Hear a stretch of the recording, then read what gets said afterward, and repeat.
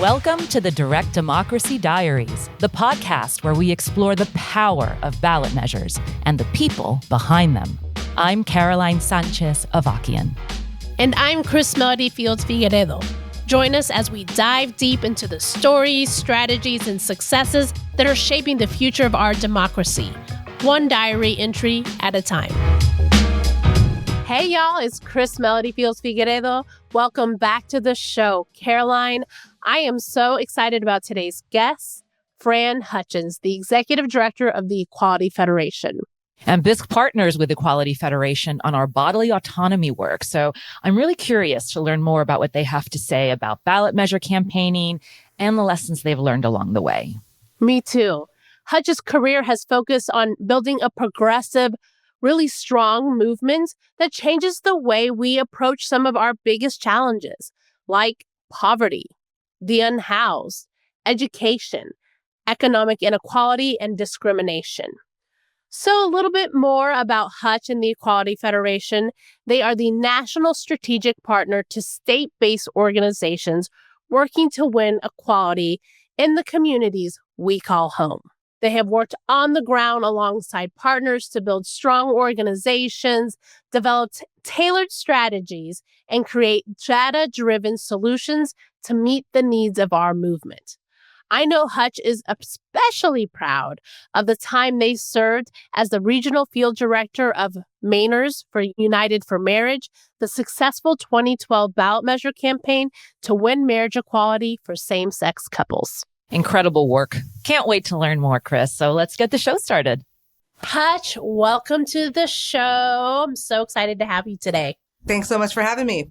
Absolutely. I'm glad you're here. So before you joined, I gave a little bit of background on you, but tell us more.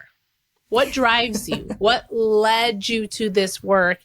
And as I ask every guest from Ella Baker, who are your people? Well, I'll start with what got me here and what drives me. I actually was just talking to some students at one of my alma maters, UMass, and that was one of the questions they asked me to answer. So I did have to think about it.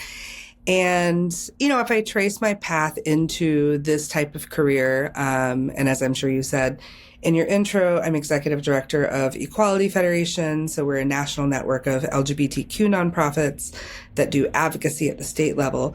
You know, what led me here really was just getting into the movement, period. My first movement job was at Chirla in 2006. I had been a student. I was studying abroad, and I saw the walkouts around the HR 4437, the Sensenbrenner Act in 2006. And I saw it from afar. I was living in France at the time. And at the same time, I was part of a massive action in France against Nicolas Sarkozy, his labor law. And so it was really my first time being organized as part of my union, but then also watching my students organize themselves to go up against this labor law. And when I knew I was moving back to the States, I really wanted to be a part of that movement that had been doing similar work, which at the time was the immigrant rights movement. And so I was lucky enough to get a job in development and fundraising. So it was, you know, it wasn't really the activist job I imagined from afar, you know, the marching and the setting up barricades and things like that. But it really was my first job really learning how to build a movement organization. And so, you know, that really, I think that actually did drive me into where I am now, which is this network of organizations. And our job is to support them. And really learning, at the time, Chirla was a relatively small organization. And we were in a movement moment, very similar to, I would say, the LGBTQ movement is in today, and the immigrant rights movement again. And, you know, it was really being part of the team that thought about how do we resource this work? How do we make sure that the folks who are doing the organizing have what they need on the ground to run their campaigns? And so being part of development coming in really got me thinking in that mindset, even though I really wanted to be working more in policy and organizing, and I eventually did move into that direction, understanding that the undergirding of a movement can be some of those movement organizations that are permanent fixtures in the progressive space. I really appreciate you sharing that, because I think, especially for people who are beginning, right, and starting to join this work, there's so many entry points into this. It doesn't mean you have to be an organizer immediately. You could be a development person. You could be an operations person. And if we're like being like real, that operations and development, like that's I think you said the undergird, that like fuels, that gives us the sustainability to be able to do the work. There may be things that, might feel more glamorous, although I don't know, like knocking doors at 110 degrees, which is what I've done, certainly isn't the most glamorous, but those roles, we all have a different part to play in this work. Exactly. Yeah. Yeah. And I think too, when you ask me who are my people, like I do think that my people are movement people, like people who understand the long-term work that it takes to build towards social change, that it's not just that one march or that one election cycle. My people are the people who are trying to build governing power. My people are the people who are trying to, think strategically about cross-movement organizing and coalition building, and thinking about how we actually prepare ourselves for the time when we do have governing power, so that we're working together rather than in individual silos. So I'm a movement person, not just a single issue person, even though obviously our jobs put us into these, into these lanes or boxes. That's really sort of where I come from, is that, that sort of, how do we build toward this future together, and understanding that it's not the long term. I remember when I was working for Chirla and we lost on comprehensive immigration reform in 2007. It was the Kennedy-McCain Act. They told us that we were going to have to be in it for the long haul, because the first time that we would have access to this opportunity again would be 2013. Right. And so that was the long haul. And we thought then, okay, we've got to organize for several more years. And no, it's been now, more than a decade. And we are still organizing for, and there's still people in the movement who are working toward immigration reform. And it doesn't stop after one campaign. No, the work doesn't stop, start or stop. And we believe that really strongly. And I think that sort of leads us to, this is Direct Democracy Diaries. We're going to be talking about ballot measures, and, really thinking about how we have worked together and how we've come to know each other. You got your start in ballot measure work, right? Working on some pivotal marriage equality campaigns, right? In California and Maine. So looking back at your previous work in those campaigns, those fights that feel like we're in again, what do you think you learned from that time that really taught you about what it takes to build durable power, to what you just said, not just for one campaign? Yeah, the marriage campaigns are such a good example. And I know it's one that we use a lot in ballot measure land because it really is a sort of like beginning, middle, and an end story. And we don't have a lot of satisfying stories like that, I think. And because we did make some pivots, and we did become more successful based on what we had learned. And so for folks who, I say it's the beginning, middle, and an end story, and maybe not everyone knows it, but we lost like 30 times. So we did not, also this is another thing, as you know, Chris, I feel about ballot measures. Often they are brought to us, not the other way around. Like I really want us to generate the ballot measures for our community that help us, but often the fights that we end up in around ballot measures, or at least especially in the marriage and LGBTQ realm, have been really negative and have been brought to us. So starting in the early 2000s, states started banning marriage for same-sex couples as part of their state constitutions, often through a ballot measure process. So not every state used that process, but many, many did. And so we lost 30 times, a combination of legislative ballot measure fights between 2003 early 2000s, let's say 2003 and 2009, I believe was the last one we lost. So it was a pretty quick, it actually feels really familiar to the folks who are in this moment right now. In the States, we've been losing legislatively on a number of issues around trans issues like sports inclusion, exclusion from medical care. So we've been in sort of a losing streak similar to that moment, and it felt really bad, especially. And I wasn't on the ground. I entered the marriage ballot measure fight around 2007, so we were sort of on the tail end of that losing streak. But I came in and people were crispy. Right. People were mad at each other. There was a lot. I was an organizer, so I wasn't in the leadership or decision-making structures, but I had, it trickled down. We heard. I remember on the Prop 8, they changed out the campaign manager at like the last hour. And we, all the organizers were like, what's going on?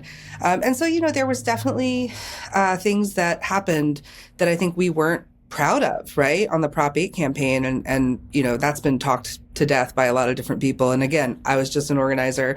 But I know that, we didn't, for example, spend a lot of time. I'll tell you as an organizer what I know we didn't do. We didn't spend a lot of time deep in the community organizing as part of that campaign. We were mostly calling and doing voter ID with our supporters. And I was on the campaign from the very beginning, from the decline to sign all the way to Election Day. So, we weren't doing persuasion. We had like really light persuasion talking points. The campaign was up against something that actually I think we're dealing with right now, which was a very strong and convincing messaging from the opposition that we had no answer to. So, yeah, we were really struggling and we weren't, I think, doing the best work possible. But of course, this was after having lost a number of other times. And I'm sure when I came in, they had already made improvements from before. So, but once we got in there and we lost in California, where we thought we should have won, we did actually go back and say, what did we do wrong? What could we do differently? Where could we make different investments? And I think, again, there was a lot of talk, especially about investments in and organizing in communities of color. I got more involved with a group that was thinking more about tactics. And so we learned how to do deeper conversations with folks that were persuasive. It's now known as deep canvassing. At the time, we didn't call it that. But we went out and asked people, why did you vote against us? Which, I have to say, like, as a person who had been at that time working in different movements where people didn't like us that much, was still really hard to go out and actually look for the people who had not wanted to vote with us, had not wanted to vote for our rights, and having those conversations and learning really like, what was it that, kept you from supporting us? And that was really transformative for me, both as an organizer, because I had at that point really been involved in like really grassroots organizing with Cheerla, like meeting folks at Home Depot or at the bus stop or, in school clubs, really just to improve everyday lives and working conditions. And then I had done campaign electoral organizing on Prop 8. And so this was like a new thing for me where I was like, what is this thing where we're organizing our own community to go out and do, political work? And so it was sort of a blend of community organizing and with more of a political policy outcome. So yeah, so that, that's one of the things we learned was that on issues that are more confusing to folks, more triggering for folks, where we have less information. And I would broadly call them culture war issues. If we're going to be asking people to vote about them, our education has to include addressing the issues that they bring up. So we can't just ignore them. And the best way to do that is through early conversations, deeper conversations with folks. And that's been something that has been used now throughout a number of ballot measure campaigns, both that I've worked on and other ones across the country. Thanks for that, Hutch. You mentioned right now a ton of the lessons that you learned along the way in those campaigns. But I also know that you focus so much on that cross-movement work.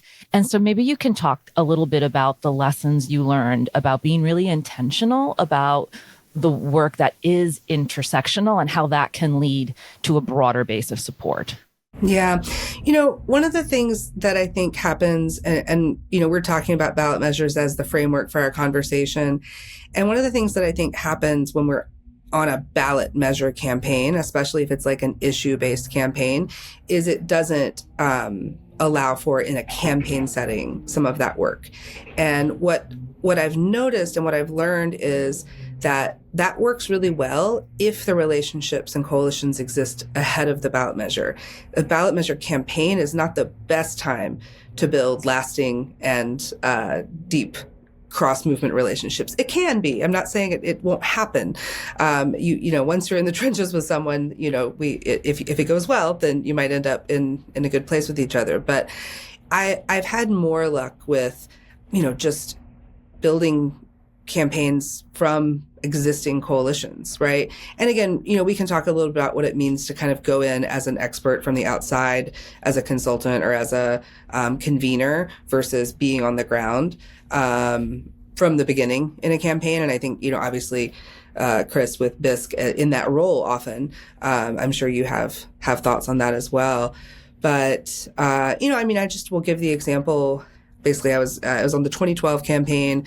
We were dealing with like the 6 counties in the north of Maine. And for those of you who don't know Maine, it's like a really big state. My turf was, I don't know, it took me like 6 hours to drive across. We had 6 counties. It was huge. And I'll just give the example of my deputy, Beth Allen, who now runs actually, I think, State Voices in Maine. But back then we were just organizing in the rural areas of Maine together. And she had so many deep relationships across faith communities. She was a member of a specific congregation. She had relationships with, just with so many people across issues that when she wanted to pull together a meeting, we already had this coalition that existed because we had people coming in from Repro. We had people coming in from faith, really just through her relationships and organizing that had been happening on the ground locally before the experts, right, scare quotes, arrived on the ground. If you look back to, even on that Maine campaign, some of the best messengers that we found from the faith communities, from families, and things like that came from the organizing that had been happening way before the campaign was in town. And so, that's the piece that I think is so important, is that cross-issue organizing is important. We have to build power, that's more like movement power and not like single stream power. And campaigns can be a touch point in that, but really that on the ground organizing that happens when the spotlight's not on, when the national spotlight or the campaign spotlight is not on, is just so, so important. Yeah, I'm glad you mentioned that, like sort of that push-pull. And it's come up in a couple of the other episodes. Like when you're on a campaign, you're on a campaign to win or defeat something, right? Like you're very clear, you know what your outcome is, you know what you're moving towards. And then there's the other work that is connected and interrelated to that is the coalition work, the people on the ground. So much of what BISC talks about is, what you leave behind over and beyond that campaign. And when you're in campaign mode, you have to make some really quick decisions, right? Because it might deter you from that outcome of winning. And, since, this is a diary, we want to share some truths to folks, right? And I think that is really true. There are some really hard truths from the marriage equality fight, right? That we don't want to repeat, especially as we're thinking about the fights moving forward. And there is so much to be celebrated about the success of marriage equality campaigns. There is so many wonderful lessons learned that have really shaped how ballot measure and advocacy efforts are run today. But it wasn't sunshine and rainbows all the time, right? And the road to get there was long and hard. You said it. You lost 30 times before you started to win things, right? Yeah. So talk a little bit more about your experience on working in some of the more uncomfortable parts of a campaign. What are some of the lessons? And I really think about the work that we're doing right now around bodily autonomy. What are the lessons we can learn from marriage equality of how we need to show up differently in the current fight? I think like a flashpoint for these conversations in campaigns is often around spokespeople and messaging. And I believe it's at a certain point we can have an over-reliance on what the experts are telling us might be a good messenger. And we don't think about the backlash or the hollowness of a win that might happen if we don't actually engage and empower our communities to be a part of that win. So very specifically, I'm saying there were times on the marriage trail where consultants told campaigns that they shouldn't show gay people, specifically not like in couples. It should really be very sanitized, and some of that is actually not bad. Like some of it's like show gay people in their families. Okay, cool. We don't all have supportive families, but, it's a nice thing to remind people that some of us do. But I do think that like there were just times when, and this wasn't even just during ballot measure campaigns, right? Like the marriage fight was also big public education, like big national public education campaigns. It was media campaigns, things like that. And so I think that, there was just this overarching sense for a while that we just weren't welcome, in our own sort of movement, in our own campaigns. Like in order to convince the majority, which is straight people, to like queer people, we had to be as like sanitized and normative looking as possible. And so, and again, I don't know the extent to which that was like one report or one memo and then it just kind of took fire, or if it was just something that we liked to fight with each other about. But it definitely wasn't, there weren't empowering messages. I remember the Prop 8 ads, right? If for those of you who haven't seen the Prop 8 ads, they are a watch. There's one that I like to call the tampon ad, which is just these two ladies with soft focus lighting, sitting at a kitchen table, and neither of them is gay. And they kind of like talk each other through how uncomfy it is to think about gay people getting married, but maybe as fair-minded people, they should vote for us. Like it was really bad. And that was considered like tested messaging. One ad even had a straight person who was being stopped from getting married so that straight people could like identify with that. Right. So we just weren't actually putting ourselves in the campaigns. And I don't know. I'm not a message tester. I don't know where all of that comes from, but it has a real impact on the organizing and on the community who's involved in the campaign. And when we see ourselves in leadership in the campaign, and I would say this too for local leaders, right? We don't need to bring a bunch of like fancy, out of town people to run the campaign. Like the goal of us coming in should be to build that leadership of the local people. We can be, my background, my role on the Maine campaign was largely in the background. Some people knew who I was, but mostly my team, right? My goal was for them to get out there and engage the community and build power that way. But in any case, going back to, not putting ourselves in our ads, that was one. Just like really being afraid to show ourselves and the reality of who we are. And I think that that's actually, like, that's one thing we learned. I mean, and the other big critique, obviously, of the marriage campaigns, and I think that there's a little bit of a chicken and an egg situation here, is that, like, certain fancy, wealthy gay people really wanted marriage, and that's why we ended up doing this fight. It ignores the truth of, they actually brought us the fight, right? The opposition brought us the fight and started, using it as a turnout mechanism for conservative campaigns. So I'm not saying that there aren't some people in the movement who had specific amounts of money or influence or power who said, let's go ahead and invest in this. Maybe we can win. But it was not an issue that we as a movement said, yes, we definitely want.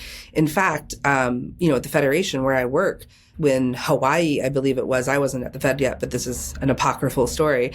When Hawaii did the marriage thing, and when, sort of some of the national LGBTQ groups started talking about whether or not marriage should be a focus issue, like the state groups got together and said, actually, no, like, please don't do this to us. Like, you can't do this to us in the South.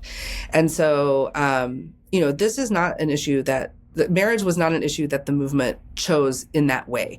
And I think a lot of people now think, for example, oh, the movement has decided, there's a certain sector of the movement that says, oh, the movement has now decided to focus on trans young people. And it's like, no, we didn't decide to focus on trans young people. We are going to fight for trans young people, right? Because they're being attacked.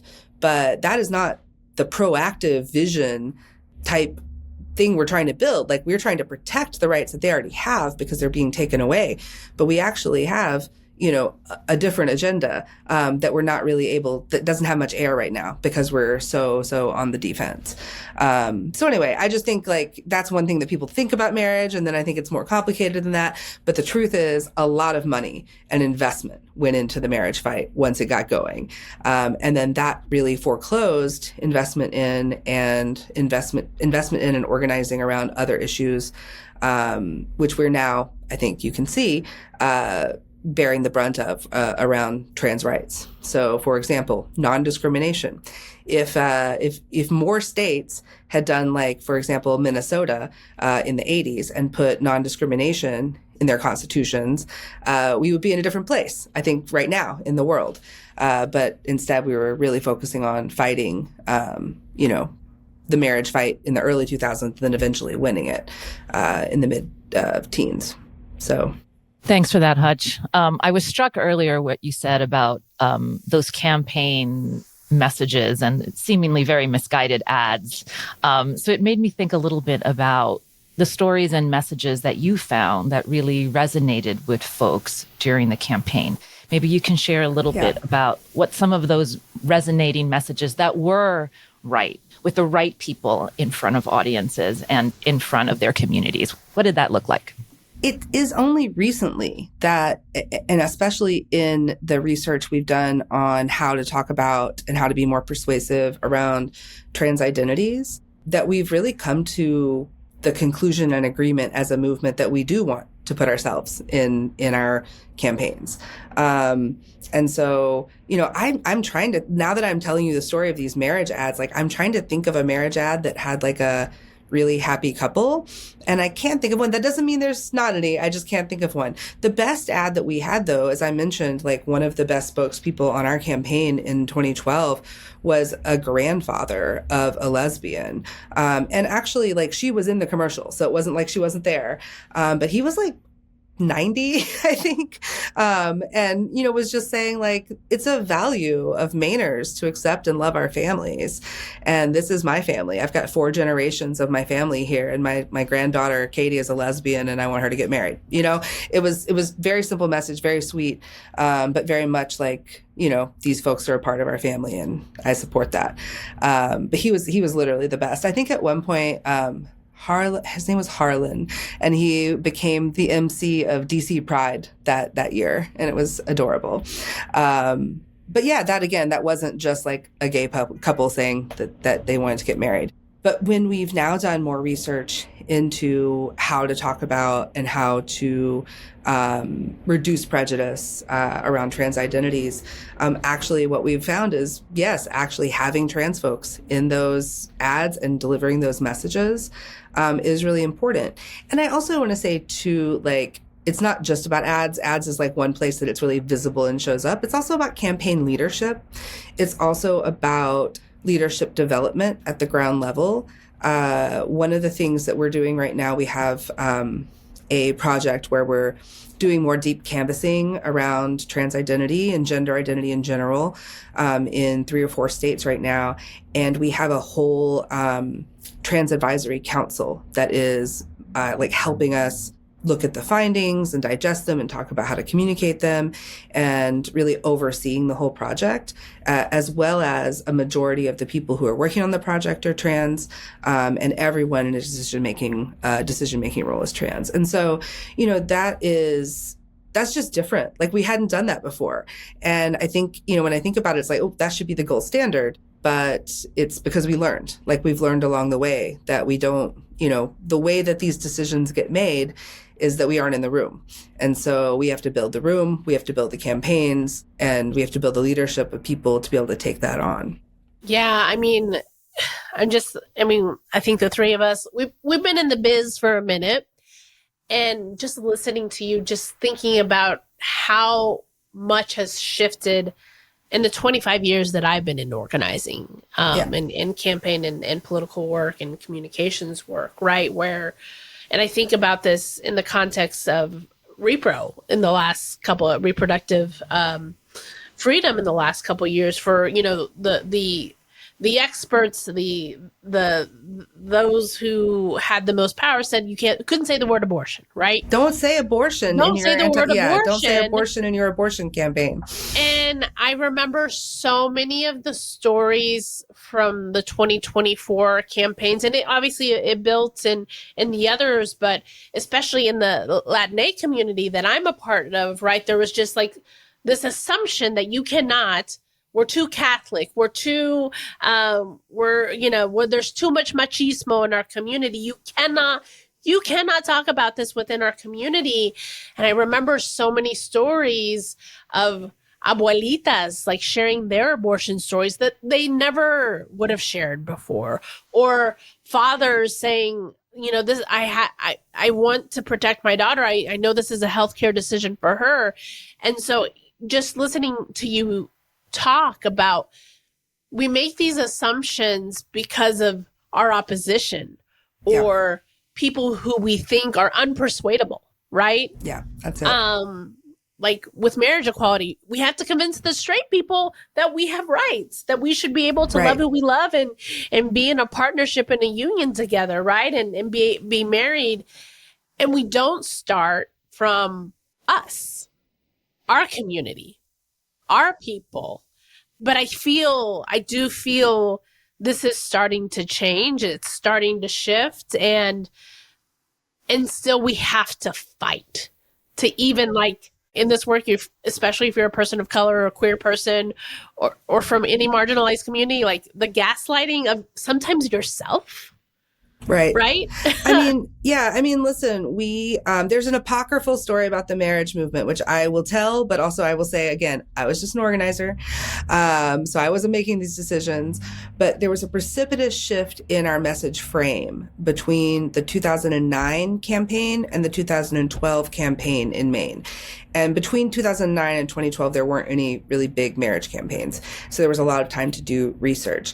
And I think at a certain point, they looked back from 2009 back to the beginning, and then they looked forward. But the apocryphal story is they've polled straight people and they asked straight people why they thought queer people wanted to get married.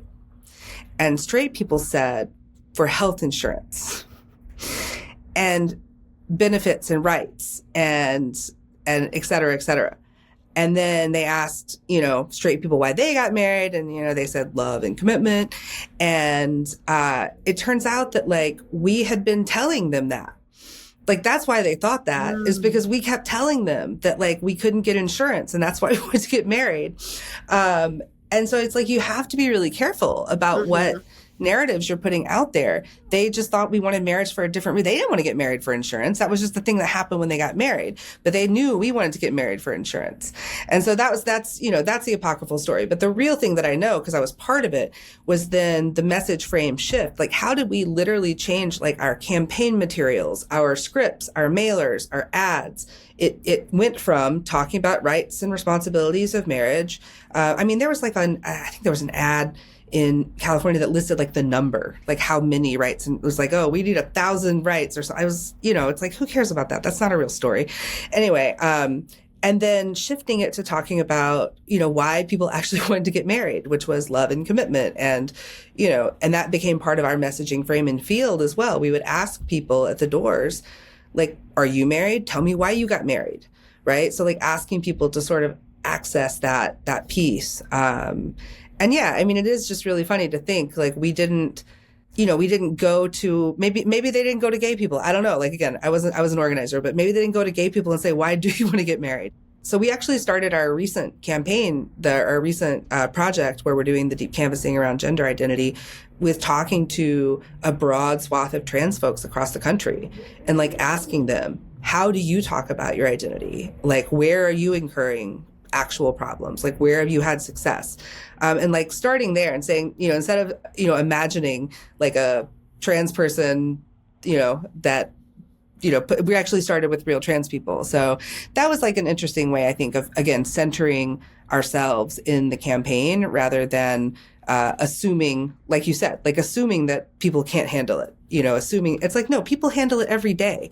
Like trans people are out in this, out in these streets, having jobs, having kids, like talking to the PTA, going to the school board meeting, just as regular people, not activists. Like, and so it's like, we've got to talk to folks in the community and say, like, what is your experience? Like, and that's, I think that also goes to the idea of, the power of the local power and how we have to build local power, and durable power, I think is the phrase you used at the beginning. How do we build more durable power? And that's by empowering people at the local level, right? It's not just people in DC or just like people who are running around running campaigns, but the people who are there every day. I think back to one thing that was great about the Maine campaign, by the way, is that it was really long. I know that like there's in ballot measure land, if I tell you that 11 months is the gold standard, based on the Maine campaign, for like 11 months campaign. But we started early, like we were on doors. Yep. I believe, I'm trying to remember my first visit up there, but Amy Mello was running doors and phones in the deep winter in Maine in like January. And so, that was, we started early, which gave us a lot of lead time to build a big volunteer program, to get really expert canvassers. Like the folks there were people who started the campaign with us in January and who were there until election day, as every day, that was their, paid canvassers. And then building a huge volunteer team, and building leadership in the state. I think back about what my team looked like. I had 6 different counties, and, one of my county organizers is now still an organizer for HRC. As I mentioned, my deputy, and all these are local people from Maine. My deputy now runs the C3 table in Maine, co-ED, I think. We've got, it's just like we built local leadership. We gave people a chance to like learn campaign roles and jobs, whether it was organizing or campaign finance or, anything like that. And, and one of my campaign finance guy, the guy who like literally had the envelope of $1,000 in cash and would drive it down to the main office. He's just put in to run for office in his local town. So, these are things that, I think if you come in and do a 2-month campaign, you just don't get those types of outcomes. Yeah. Well, BISC would agree with you that is the gold standard. That is how we are trying to orient folks towards, right? To have a longer on-ramp, to start early, especially if you want it to be community driven and if you want to invest in that local leadership and leave ultimately something behind, right? That lasts. Yeah. I mean, I think I've said it almost every episode, over and beyond that campaign. Like that's what that's movement building, right? Exactly. We know what a campaign is. We know that it ends, but something has to last beyond that. Knowing what you know now and thinking about the context that we're in right now, right? Where we are on defense, right? Especially when we're talking about the fight for trans folks, right? Thinking about the work that BISC and Equality Federation is doing right now, not just between LGBTQ plus organizations, right? Also our friends in the reproductive rights movement. Knowing what you know now, and as we are in this current fight, and we're trying to dream beyond, right? We're trying to really go to this more bodily autonomy framework. What do you think is important for, listeners to know, especially if you're trying to get started in this work? That was not the question I thought you were going to ask, but I do You can also answer whatever you want to answer as well. Give us more answers. Answer the question that was formulating in your head. I was formulating a question about that coalition, actually, because I think it's really important. Yep. Yeah. Yep. So, I mean, we're working with BISC on this Rising Together coalition around bodily autonomy. And it's very well timed. Like I said, we've got lots of lead time before we've got some of these big joint ballot measures or ballot measures that are going to be running concurrently. And I think that we need to start having these conversations now, both at the national level and at the state level. It's so important. And I think that it serves that purpose of doing building that infrastructure, hopefully where people are working together at that state level. My current, I guess, vision or dream for what gets us out of this hole, especially on these bodily autonomy issues, it is that it has to be a broad-based coalition. It can't even just be, I think that functionally the one we're building together is extremely well-timed and needs to happen. But it can't just be, oh no, they're taking healthcare away from trans kids, and so we all run around and, work on this one issue. Or, oh no, they're coming for abortion care. They're coming for all of our care, right? They're coming for care for low-income people.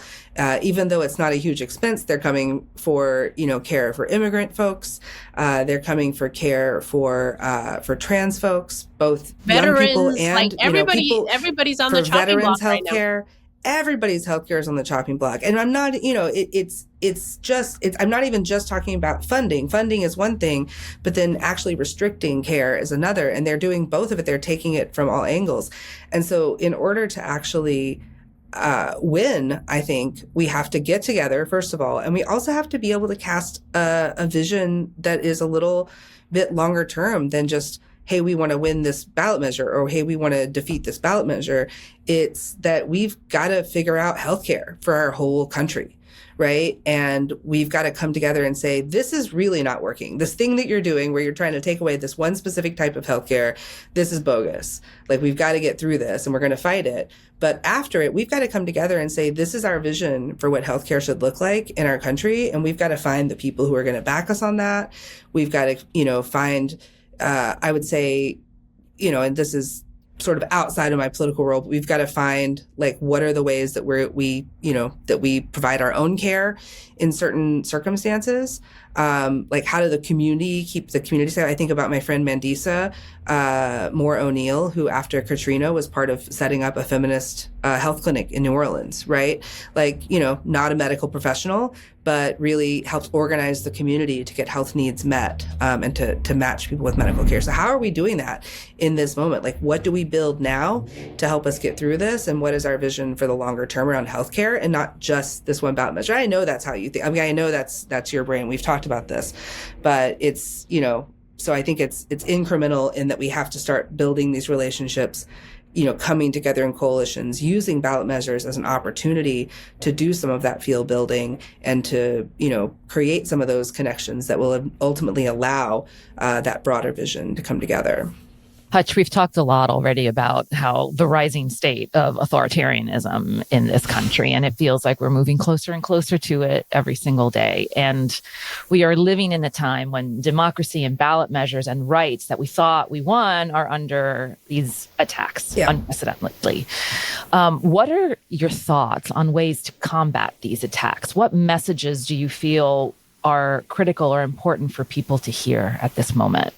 I think the most important thing for people to hear, probably not the audience for this podcast.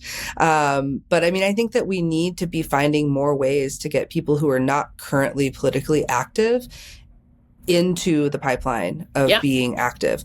And what does that look like? Maybe a campaign, right? Maybe a ballot measure campaign is a good place to do that. And that's when I was sort of going back to what I talked about at the very beginning of this episode is, I learned as a development person the importance of organizations. And listen, I don't think organizations are the movement. That's not it. But we right now have the administration coming after organizations. And that's because they know that organizations anchor a movement. Organizations create a coalescing point for people. Organizations activate people and create organizers. And that's what needs to happen. That movement, that part of the movement, the organizations, the sector, if you will, has to be strengthened, has to make it through and survive this era of authoritarianism. So we have to protect ourselves. We have to protect our organizations. And if we can't protect our organizations, then we have to protect the work that's happening inside. So I want to see the whole sector coming together right now to make sure that the work lives on if somebody specifically gets targeted. I think that we've got to see, so I think that that's part of it, is keeping organizations alive, and through this particular moment. Another thing around authoritarianism that I think is, just crucial. First, it's the people. We've got to get people engaged. We need organizations to do that. And then the last piece is we have to be able to articulate, as this movement, against authoritarianism, what we actually want to build. I hear a lot of people saying, we've got to fight authoritarianism. And I think, yes, absolutely. But to what end, right? I don't think any of us were super happy with the status quo, like where we were at a year ago. And we've got to figure out, how do we actually build? And I think, listen, I think that I'm not an optimist. I have resolve. I am not hopeful, but I have commitment. And so I think that there are ways that we make it through this stronger and more connected. Doesn't mean it's not going to be painful. Doesn't mean that things aren't going to feel different. But I think that there are ways that if we can come together, and the coalitions that we build, the relationships that we build, the ways that we become more politically educated during this time can help us, build for the future together, and help us, have that broader vision that I was talking about earlier, rather than just getting stuck in and playing on the field that they're building for us around these single issue fights where they're really, functionally trying to divide us. Yeah. It's making me think, so at the time of this recording, it'll air in a couple of weeks. We just lost Miss Major, became an ancestor. And the quote that I keep seeing on social media is, I don't need their permission to exist. I exist in spite of them. Right. And I think that's so true for the moment that we're in. I don't need your permission to say that I, as a queer Latina who's an immigrant, you don't have to tell me that I exist. I'm here. I live my life. I don't need your permission, actually. I don't need your permission. And I think we all, especially in these times, need to have that radical, it's that radical, yes, I'm here. I'm enough. I'm worthy. You don't have to tell me I am, but I'm going to damn well work so hard to make sure that not just me, but everybody else feels like they have the right to exist. Yeah. And Caroline, you mentioned earlier, what are more antidotes to authoritarianism? Our friends Zoe Marks and Erica Chenoweth tell us that building alternative institutions are one way. And I mentioned some of that earlier, but Miss Major is, just the most inspirational example, right? House of Gigi is exactly that. It's, what does my community need? Yep. And I'm going to build it, right? Not waiting for permission, not waiting for a campaign, not waiting for a nonprofit to say, or for a philanthropy to say, here's, your big grant. Yep. It's I'm going to build this. And, for me, as somebody who works in a movement organization, I have a job, I have a role, I have a lane. I want to be really good at it. I believe the mission of our organization is very, very important. I also know it's not the only thing, right? I also know that us alone, the state-based movement and the existence of our organizations alone does not change the entire life of trans people and queer people on the ground. It's one important part. It's the policy piece. It's the organizing piece. But things like the House of Gigi, that's just again, what does my community need? I'm going to build that. I don't need permission. And that is, if we think about what Norma Wong talks about, the full spectrum of organizing, it's not just about, that political piece. It's not just about that long range vision piece. It's also about, making sure that the people who are here right now are being taken care of. So rest in power. 100%. And it's that grit that keeps us going.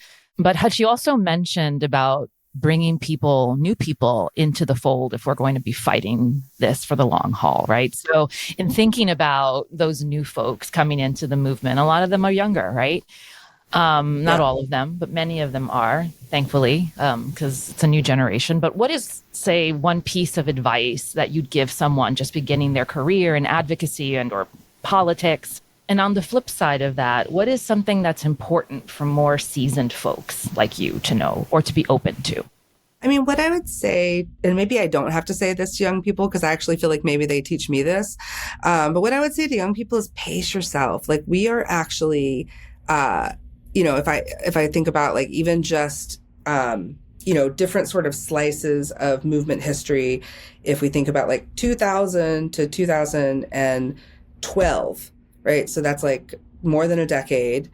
That's how long it took us to win one at the ballot on marriage, right? And that was what most people consider really fast. And then if you think about like with HIV, right? Starting with ACT UP in the 80s in New York and the TAG, the Treatment Access Group, really wanting to have a cure for HIV, envisioning that in the 80s, right? We're about 2 years out now from a once a year PrEP injection, which is not a cure, but it is a really huge advancement so that once a year people can take a PrEP shot and be protected from HIV. And that's, 40 years, right? And so pace yourself, right? We can't burn out on this. We're not going to win this in the next presidential election, right? This thing that we're fighting, authoritarianism, is not about one political party or one election cycle. Trans rights is not going to be won or lost next year, right? We've got years and years and years to do this, and we've got to pace ourselves. I mean, and this is advice I would give my younger self, like driving around in my car with yard signs and clipboards and not sleeping or sleeping on someone's couch for months. Like, not a good idea. I wish I could go back and do that differently. Yeah. Eating maybe some healthy-ish foods. Maybe some healthy foods, maybe some time off, maybe PTO, right? Let's not get greedy. But yeah, it was a different time. It was a different time when I was on the campaign circuit. And I'm actually glad that, that is actually one thing I would say that the young folks have taught us. I mean, I don't know, it was people of my generation as well who are organizing for better campaign working conditions. So that is hopefully changing a little bit, at least in some circles. I can't promise that political parties are listening, but hopefully some of our movement campaigns are going to do a little bit better. Oh, advice for more seasoned folks. Pace yourself. This is the thing, like I'm coming up on 50 and I still have plenty of working years. And so I have to figure out what it is that, that I want to do. I mean, and I will say this, like I've seen, we've had a big changeover in leadership in the LGBTQ movement in the last, say, 4 or 5 years. And maybe that happens, every 4 or 5 years. I don't know. But like when it happened right around COVID, I think a lot of leaders said, you know what? This is not for me anymore. Like this is really, really difficult in a way that I'm not used to. And I'm going to move on and do something different. And I think that like, we've got to pay attention to that for ourselves too. Like what are, where are our limits and understanding where our limits are even in leadership. So I'm not saying people who have left their jobs because of COVID have nothing to give to the movement. Of course they do. Of course they have other things to give, but it wasn't what they wanted to be doing right then. It wasn't the thing that was best for them. And, it's important to be able to step away and understand that that's not like the end of your career. Like we've got to find ways. I mean, and I will say too, like I've been to a number of events where I was looking around, I was like, where are the elders? Like I really actually want to see the elders. And, I don't want people. So I would say also for the more seasoned professionals, like don't disappear, like understand that like your relevance changes, whether, where, when, and how you should be leading changes. But we've got to figure out like, how do we keep sharing and how do we keep being available for and mentoring the movement, but also understanding that it has to change. And the good news is like I haven't gotten a ton of pushback from funders or partners or, I guess movement elders about like the way that we've started building our deep canvassing project, which is essentially a campaign, and building in trans leadership and I haven't gotten a lot of pushback, like some questions about why are you doing messaging research this way? Or like, what's that about? But nothing that's sort of like, well, that's not how we did it in our day. So, and I do talk to elders and there are people I trust. And so I think that it's about being available for and not, foreclosing on it because it was just not the way that you used to do it. But still being available to be a part of the movement. Don't just leave us. It's so true. I mean, I remember, I joke that I'm in my Auntie Senora era. And, Same. like getting to be on a panel with Bob Moses, like here's like a person in the civil rights movement, like, and just to be like learning from Bob Moses, and also like getting to share my own reflections too of the moment that this was like 5, 7, maybe 8 years ago, but right, like the importance of having that generational partnership in this work is so important, especially in these times, because authoritarianism may feel new to a lot of folks, but there have been authoritarian moments throughout our history. Yep. This is true. This is true. State-sanctioned violence is not a new thing, right? So anyways, as we close, a question that I ask every guest, and in the call to action BISC has for our partners is to make ballot measures love letters to our people. You've heard me say this. How has the work that you have done been a love letter to your people? So I actually have a visual in my head right now, and this is something that we did in 2012 in Maine, and I was pulling it up to use in a lecture, and I actually had seen that my staff had started doing it at this other event. I was like, oh, we're doing it still. And so when we would do every single event on the 2012 Maine campaign, we would draw a big heart, a big empty heart on a flip chart. And we would ask people, like, who are you doing this work for? And we would write the names of the people. And we had an entire gallery from the beginning of the campaign to the end in our hallway. We called it the Make It Real hallway. And I mean, I think that that's it. It's like we were doing that work. We've been doing that work for those people. Right? For those people, often who were us, right? Sometimes I was flipping back through the gallery. I saw my name in there. I saw my staff's names. I saw our volunteers' names, but we were doing that for us. We were doing it for our people. And, I think that is it. Like, that is the love letter. Like, that is, being there and watching. And I will share this moment. When we won, I was not in the Portland office. I wasn't in the big city office with the big hotel ballroom. We were at the Irish pub in downtown. I'd rather be there. I believe.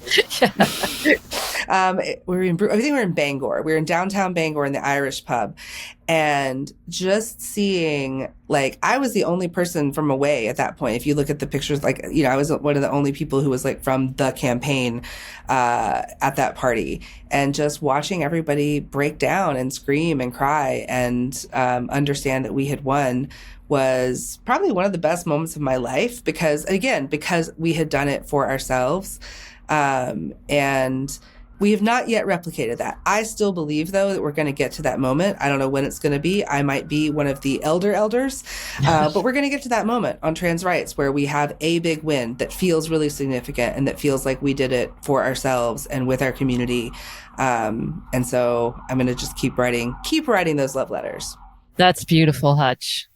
Thank you so much for joining us today on this podcast. And if you're interested in the work that Hutch and Equality Federation are doing, you can learn more at equalityfederation.org. And we'll make sure to include that link in our show notes as well. Thank you again, Hutch. Thanks for listening to the Direct Democracy Diaries. If you enjoyed today's episode, leave us a message on our socials at Ballot Strategy and check out our website at ballot.org for more updates, insights, research, and so much more. Can't wait to see you next time. Keep fighting for change, one ballot at a time.